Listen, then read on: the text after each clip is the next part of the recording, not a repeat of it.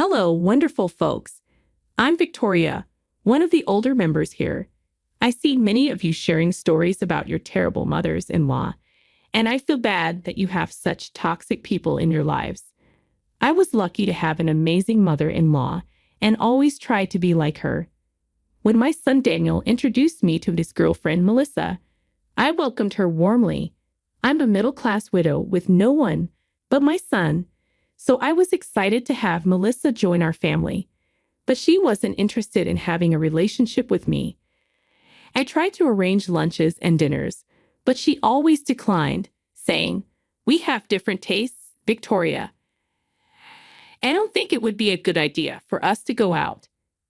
I replied, "It's okay, Melissa. I know I'm old, but I can still adapt. Maybe you can teach me a few things. It's not about your age, Victoria. It's about your class. You're just a poor old lady comfortable in a trashy lifestyle. I'm not as cheap as you. I'm just glad Daniel didn't turn out like you. Otherwise, I wouldn't have dated him. My parents and I belong to the upper class, and I can't mix with anyone beneath us. I hope you understand that and stop trying to be close to me. It just won't happen." I was devastated. I had hoped to have a good relationship with my daughter-in-law, but she thought I was beneath her. I've lost my husband at a young age and raised my son alone, never remarrying because my husband was everything to me. I remained poor but did my best to give Daniel everything he needed. He became very successful and offered to help me many times, but I always declined because I was content with my life. Despite this, Melissa's words hurt deeply. I stopped trying to connect with her. Daniel and Melissa got married, and things got worse. She started excluding me from their lives and never invited me to their events. I wasn't included in my son's promotion celebration, their anniversaries, birthdays, or other occasions. Daniel expressed his disappointment and told me he was considering separating from her. She had become controlling and didn't want him to stay in touch with me. I advised him not to make any rash decisions and to give her a few more chances. Then Melissa got pregnant with a daughter, and separation was no longer an option. Even after the baby was born, things didn't change. She excluded me from the baby shower and gender reveal and didn't let me meet the baby at the hospital. I never complained because I didn't want to cause trouble. For 6 years, I continued to be excluded from my son's family. I had a great relationship with my granddaughter, but Melissa started to stop that too. I was at my wit's end because I had a feeling Melissa was planning something drastic against me. My suspicions were confirmed when my son showed up at my house looking very down. "Daniel, you don't look well. What's the matter?" I asked. "Mom, I just can't do this anymore. I tried everything. I stayed for years, hoping things would change, but it's only getting worse. I can't even talk to you without worrying about starting a fight at home. Is Melissa creating problems again, Daniel? It breaks my heart to see you like this. You don't have to come to see me if it means more trouble for you. Mom, I need you in my life. I don't like how Melissa tries to control me. I've been unhappy in this marriage for a long time. I never thought she'd create a divide between us. I even overheard her talking to her sister about how she planned to stop you from seeing my daughter." I was shocked by Daniel's words, though not entirely surprised. Melissa had been acting very strange, always making excuses when I asked to see my granddaughter.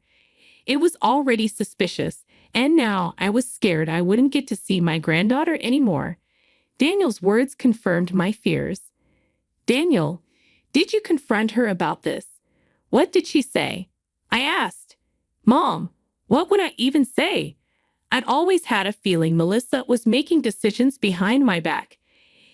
If I question her, she just screams and throws things, which traumatizes our daughter. That's not okay, Daniel. If you don't want your child around me, I would understand and respect your wishes. Mom, are you crazy? Why would I ever do that? You're the best grandma and mother ever." My daughter would be devastated if her mother went through with this plan. Daniel looked stricken with grief and anger. It broke my heart to see him suffering so much. He had truly made a mistake in choosing his life partner. I didn't want to meddle in my son's relationship, so I kept my mouth shut. I didn't protest when Daniel pulled away because of his wife. I wanted him to be happy, even if that meant not staying in contact with me. Had I known how horrible his situation was, I would have helped him sooner. I comforted him and said, "Daniel, ignoring these problems and staying quiet isn't a solution. You're clearly miserable and need help. You need to stand up to your wife. If she loves you, she will be willing to change." "Mom, that's never going to happen. I've begged her to get help, suggested couples counseling, and tried everything. She doesn't listen. I did my best, but I think it's time for a divorce. I think you should consider all aspects before making a decision. Why don't you go home and try to talk to Melissa one last time? After that, I will support whatever decision you make." Melissa was a difficult woman, but she was still Daniel's wife. Even if she didn't like me, I would have been happy if my son was happy. But it was clear that Melissa was toxic to my son. I believe everyone deserves a last chance before facing consequences. I hoped for their child's sake that she would come to her senses and improve her behavior. My son was desperate for change and said, "I will give her one chance. I'll talk to her and lay down my terms. If she doesn't listen and tries to cut you out again, then I'll file for divorce." Daniel said, "I'll talk to a lawyer and have the paperwork ready. I will only file if and when she messes up. Promise me you'll let me know if that happens." "I promise, Daniel," I replied. "I can see how unhappy you are. I feel so bad for you. I don't want you to live like this. If Melissa doesn't change, it will start affecting my granddaughter too." "That's exactly why I've been considering divorce," Daniel said. "You asked me to give her one chance, so I will. But if she tries to act smart, I won't have any second thoughts." I agreed with Daniel because I didn't want him to be unhappy. If Melissa remained uncooperative and entitled, he deserved to separate from her and live a healthy life. I also wanted my granddaughter to have a healthy home life. So I agreed to tell Daniel if Melissa did something wrong again. Daniel went home and talked to his wife about their problems. To no one's surprise, she blew up at him, calling him names and accusing him of choosing his mother over her. They had a massive fight. However, this time, things were different. Melissa saw that Daniel wasn't backing down or caving into her demands. He was adamant about standing up to her. This was a big blow to her.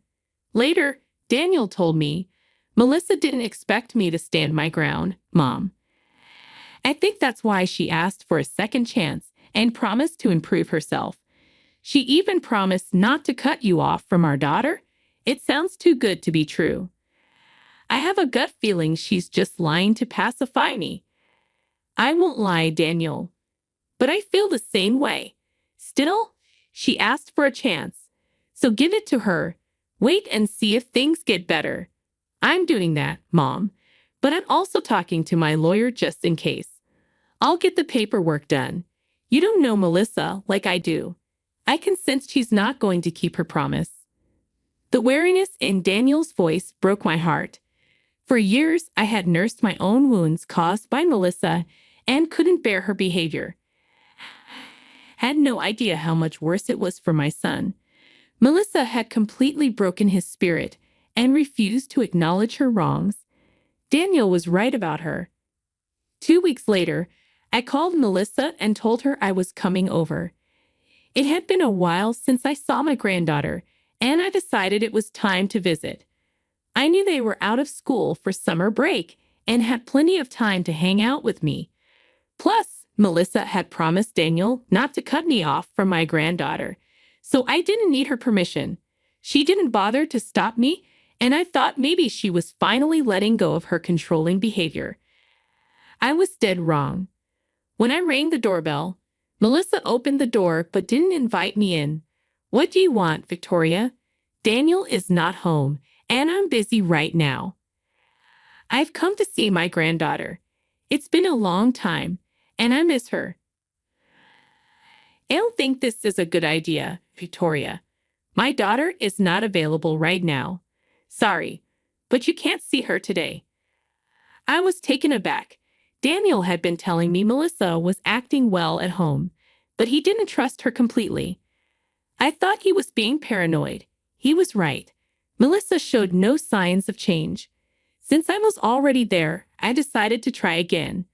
Melissa, I know my granddaughter is not at school. Her school is on summer break, and I asked Daniel before coming here. He confirmed she is home. Yes, she is home, but you still can't see her. Why not? You've been keeping her away from me for a while now. I don't understand what the problem is. Melissa, you need to tell me why I can't see my own granddaughter. Because I don't want you to see her ever again. She's my daughter, and I get to make those decisions. I've decided not to let her mingle with you anymore. You're not telling me why you're doing this, Melissa. This is unfair and unjust to both me and your daughter. Don't you dare tell me what's right for my daughter. The reason is simple. My child doesn't need to be around a loser like you. Melissa's words were filled with venom. I found myself stepping back in shock. She called me a loser and said my granddaughter shouldn't be associated with me. She made me feel small and unworthy of being in my own family's life. I was humiliated and extremely angry. What the hell does that mean, Melissa? Why are you insulting me like this? What makes you think this is okay? Explain yourself. Do I need to go into details about how unworthy you are of associating with us? You are a poor woman. You have no wealth or social status. Victoria, we have a good reputation in the city. Your son works in a high position, and my daughter goes to the most prestigious private school. I'm also a woman of high status. Our family is simply too above you and your trashy lifestyle. If anyone had ever told me that people could be so cruel to their own family, I wouldn't have believed them. But I was wrong. People like Melissa cared only about material wealth and status. Yes, I was a poor woman and still am. My son had offered me many things, but I declined. I wanted him to have the best life possible without having to shoulder my responsibilities. I didn't care about my lifestyle at all. I was never interested in climbing the social ladder and living in luxury. My simple life was good enough for me, especially since I didn't have to depend on anyone. I had no idea that would become a problem for Melissa. I had no idea my simple life would keep me from my granddaughter's life. I was shocked and hurt. What does my simple life have to do with my granddaughter? I know I can't give her much, but her dad already does that. She doesn't even complain when I don't bring extravagant gifts. That's the problem, Victoria. I don't want your trashy life rubbing off on my daughter. It's already embarrassing that everyone knows Daniel's mom is a loser. If my daughter continues to have you in her life, she might end up like you. I want her to be successful like me and her father. I can't risk her becoming like you. You are being extremely shallow and unfair, Melissa. None of what you said will happen. My granddaughter needs her grandma in her life. You need family too, along with material wealth. She already has a set of good grandparents, Victoria. My parents are rich and come from a high-status family. Their love and influence will be perfect for my daughter. She doesn't need you in her life, and we don't need you in ours. We have plenty of money and connections to have a good life. I was fuming with what Melissa said. At that moment, I realized how messed up she was. No wonder my son was at the end of his wits. Since I didn't see Melissa much, I didn't know how shallow and superficial she could be. I was thankful I didn't have to deal with her more often, and it made me realize how miserable my son was living with her all the time. Everything Melissa said sealed my resolve to encourage my son to divorce her. With my mind made up, I smiled at Melissa and gently told her, I think you are a little wrong in your assumption, Melissa. My son has a lot of wealth, but from what I gather, you don't have a penny to your name. You're already drowning in credit card bills. What the hell do you mean? I'm married to Daniel, so his money is my money too. I have the right to his wealth. I'm his wife, after all. Well, you won't be his wife for long, Melissa. My son is going to file for divorce very soon.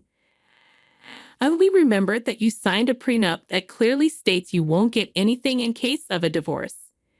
Melissa looked scared for a moment before she schooled her expression back to normal. She looked at me nonchalantly, as if what I was saying was far-fetched and impossible. But I could tell she was nervous, especially because she knew Daniel had already warned her about a divorce if she didn't change her behavior. She dismissed me, saying, You can dream on, Victoria. Daniel would never divorce me. He can't be without me. I can control him well enough. Did you forget how I made him limit contact with you? Yes, you did throw a tantrum to make him limit contact with me, but he only agreed because he wanted to save his marriage with you. That was actually the first time it hit Daniel what a messed up woman you are. Over the years, your controlling behavior slowly made him consider divorce. Oh, he can consider divorce all he wants, Victoria. I know he will never go through with it. He won't destroy our perfect family and leave me destitute. You can believe what you want, Melissa. Don't say I didn't warn you. I'll leave today without seeing my granddaughter because I know I'll be able to see her soon. As soon as my son divorces you, I'll be back in her life. For now, I'll let you have this last power move. I turned to leave as Melissa went back into the house which soon wouldn't be hers anymore. I got into my car without any regret and called my son right away. When he picked up, he already sounded weary and resigned. Let me guess, Mom. Melissa didn't allow you to see my daughter. She did exactly what she wanted and took no consideration of mine or our daughter's feelings. You're right, Daniel. Apparently, she didn't want her loser mother-in-law to influence her daughter to live like a poor person. She thought cutting me off would spare your family from the humiliation of having a loser grandma like me. What the hell, Mom? She said that to you. Oh God, what's even wrong with her? I can't believe she would say those things to my own mother. I'm so sorry you had to hear that. I can assure you it's not true. You were the best mom and grandma ever. I don't think I'm the best mom or grandma, Daniel. I wasn't attentive enough to know how miserable you were in your marriage.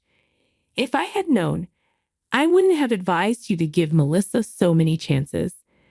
I'm sorry for not being a better guardian. I guess you were right. Divorce would be a good move for you. Don't blame yourself, Mom. I was equally responsible for not telling you everything about my life and just going along with Melissa to keep the peace. That won't happen anymore. I will file for divorce today. I'm done being manipulated, and I'm done raising my daughter in a toxic household. We both deserve better. That night, Daniel showed up at my door with his clothes and brought my granddaughter along as well. He had filed for divorce and told Melissa about it. Apparently, Melissa lost her temper and started to attack Daniel for leaving her. She didn't want to get a divorce and lose Daniel's money, which she had been relying on. They started off having an argument until it escalated, and Daniel had to call the cops on his wife. Yes, she was hitting him in front of their daughter, who was crying her eyes out. My poor granddaughter was traumatized and was clutching my son because she was scared her father was hurt. What followed after that night was truly shocking. Melissa went to her parents for help to make Daniel stay. She didn't even have the money for a lawyer and thought her parents would help. Imagine her surprise when her parents closed the door in her face and told her to never contact them again. She had been disinherited a while back.